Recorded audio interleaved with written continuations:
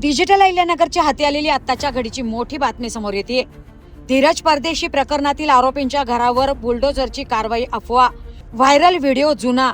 अहिल्यानगरच्या नागरदेवळे परिसरातून एक महत्त्वाची बातमी समोर आली आहे।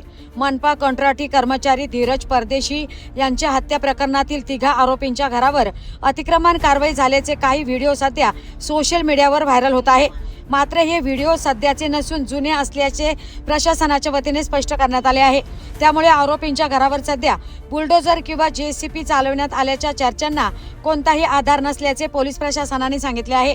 नागरदेवळे येथील ग्रामपंचायत मालमत्ता क्रमांक 2517 संदर्भात कथित अतिक्रमण असल्याचे सांगत प्रशासनाकडून कारवाईची प्रक्रिया सुरू करण्यात आली होती। या कारवाई विरोधात संबंधितांनी मुंबई उच्च न्यायालयाच्या छत्रपती संभाजीनगर खंडपीठात धाव घेतली। न्यायालयाने या प्रकरणात सध्या अंतरिम संरक्षण दिले असून पुढील सुनावणी 8 सप्टेंबर रोजी होणार आहे। दरम्यान सोशल मीडियावर जुने व्हिडिओ सध्याचे असल्याचे भासवून व्हायरल केले जात असल्याने नागरिकांमध्ये संभ्रम निर्माण झालाय।